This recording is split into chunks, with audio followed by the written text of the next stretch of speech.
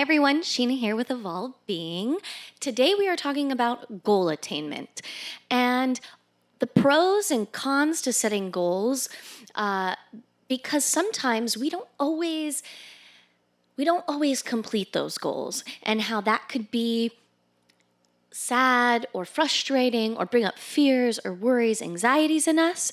And then sometimes we can complete goals and how beautiful that is, and everything in between. So, really working to understand that setting a goal doesn't always mean that we have to meet that goal. One thing I was given in my yoga training was setting personal ethics for myself, or setting values or a foundational system to look back at and check on myself to see if I'm living those values, if I'm living those dreams. And one thing that my instructor had shared with us was that it's okay if we don't live up to those things. However, we do need to make the adjustments to shift and change according to our lifestyle and how we're feeling and what we want, so that we can eventually meet those values. So we don't feel shame and guilt and frustration or fear, and that when we don't meet a goal or when we don't meet one of those values, in that case, that we don't end up feeling sad, because that is not the point of goals. That is not the point of goal attainment, is not to make us feel inadequate by any means. And I think in this day and age, there is so much going on, right? We have so much to live up to, more than ever before. I believe we're in this productivity age. And so many people have their own businesses or their own creative endeavors. I meet people day in and day out, musicians and artists and entrepreneurs, that are all, they're working towards it, but it's not always this perfect path. And sometimes it's painful and there's pitfalls. And one thing to be said about that is I have read hundreds of success stories. I look up to amazing people in this world that have made their dreams a reality, and they had a lot of pitfalls. I think of this Amazon quote that a lifetime of blood, sweat, and tears looks like an overnight success. I think that is so true. So setting goals is something that comes after we have like a good center and foundation in ourselves, because we don't want to fail and hit such a low that we have to take a lifetime to pull ourselves out of it, or even a year to pull ourselves out, or 2 years to pull ourselves out of it. I think resiliency is being able to fail, being able to not even call it failure and say that's just a part of the process, or to make a mistake and to slip up and learn from the mistake rather than let the mistake take us down. And I see a lot of people in my generation, and I see people in these success stories where it did take them out of that power for so long that they lost a sense of self in all of that. So, goal attainment to me and to what I do for myself and for others is about. It's about setting goals that make sense in our lives. So, learning to set goals that fit within the limits of our lives, and not really going too far out of it. Yes, I think having a great big dream, and I promote that. I definitely encourage that in my friends and in my clients and in myself.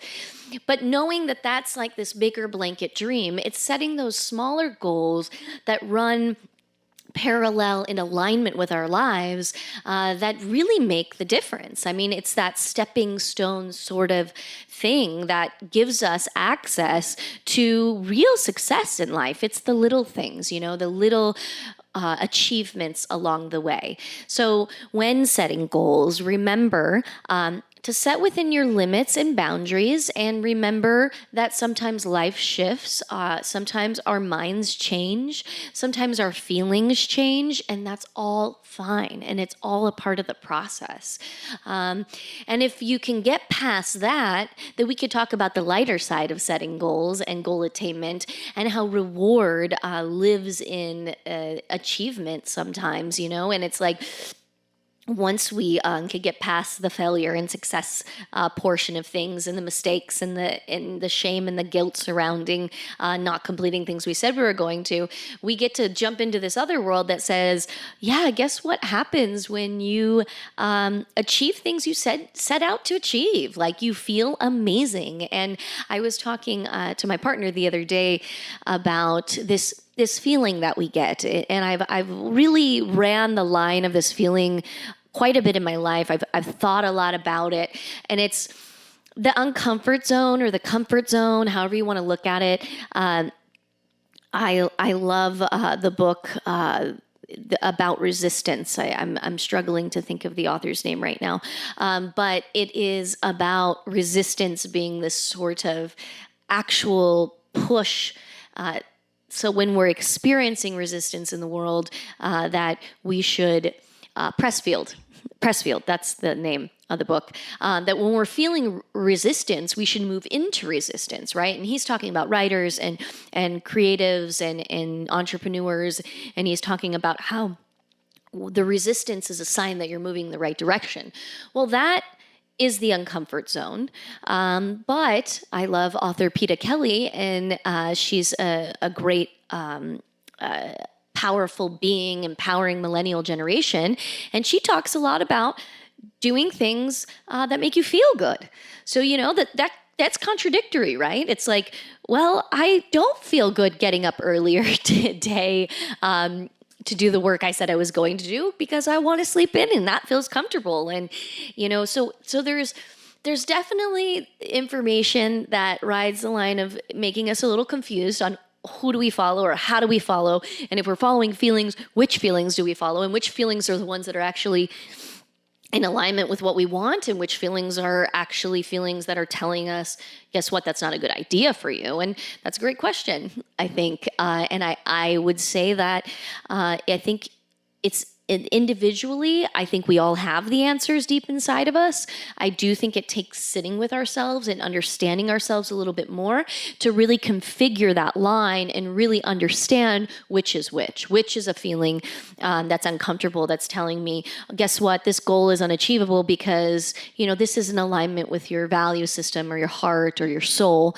And which is, this is just what it takes to get to that goal or to get to that stepping stone. And yeah, it's going to feel a little uncomfortable. So how do you tell the difference, and then you get to play with that stuff. And I think one thing that teaches me, okay, did I choose something right for myself, is like when I'm in it, when I'm shooting for a goal, I think into it, I feel into it, and I weigh things out. I use the old pros and cons sort of thing. Sometimes I actually write it down.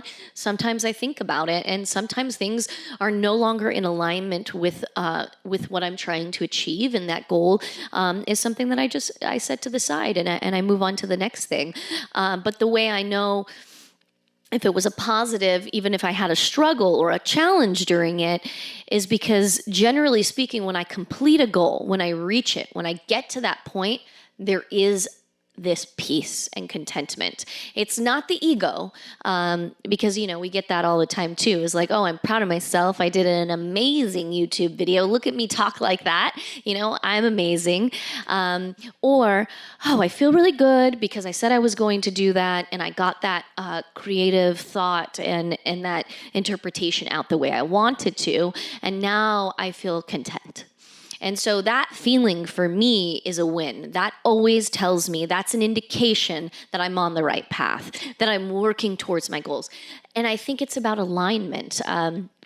My partner and I were talking about intuition the other day, and that's the same thing, right? He was saying intuition's made up in our mind. Everybody's intuition is like on their own sort of like level of the way intuition is, right? Like, you choose your intuition, right? You choose what's right in your life. You choose if that feeling is good or bad for you. And I thought deeply about that. And I think to an extent, yes, I think intuition is alignment. So when we're setting values and foundations, back to the teacher I was telling you about that told us to set our ethics and foundations and value systems, when I'm setting those, then when I move into my life and I'm setting goals and I'm reaching goals and I'm taking action, or I'm learning different ways of being, or I'm creating more integrity or character in my life. Am I in alignment with that original thing that I set for myself? And that, when you're out of alignment there, I think that's when the intuition comes in and says, that's not really the route you're supposed to take. Or it says, woohoo, you're doing a great job. Like, feel good, and that's the good feeling, right? Feeling good, like Peter Keller talks about, is not about an outsourced thing. It's not feeling good like when you smoke a nice joint. It's feeling good internally, like from nothing really, but really there was actions, but feeling that peace and sense of peace inside because you've walked the path that you said you were going to walk, and you're hitting milestones, and you're reaching goals, and you're doing the things that are in support of who you are. And that, to me, is goal attainment. And it takes time, and it takes energy to learn, and it takes practice if you're not born with it. It takes time to develop what you want, and your value systems and your ethics, and it takes time to learn to put things in your path and that serve you, and it takes time to let go of what mistakes and failure might set us back doing. And so it's a whole, it's a whole system approach at our life. And so it's not just setting a goal and making it work. And in life coaching, we talk a lot about the goals that are set with timestamps, and that are set with our self in mind and knowing what we can achieve. They're called SMART goals. Those are really helpful because they're really well thought about, right? Instead of just having a dream in a moment, which I will tell you, I am so guilty of in my life. In a moment, I'm like, this is a great idea, and I've got this. And, as I get older, and I really fed through a million great ideas and realized those were just moments of fluctuation and elation that, weren't really thought out, and feeling goofy afterwards after setting goals and not completing them and making a big deal about them, that SMART goals are a little bit more mature. And if we're really working towards something in life, they help ease us into that position, and they set us up for success. So that is goal attainment, and I'm coming to you from my new office, so please subscribe to my channel, make an appointment, come see me. I would love to help you with goals. I do that. So thank you for tuning in.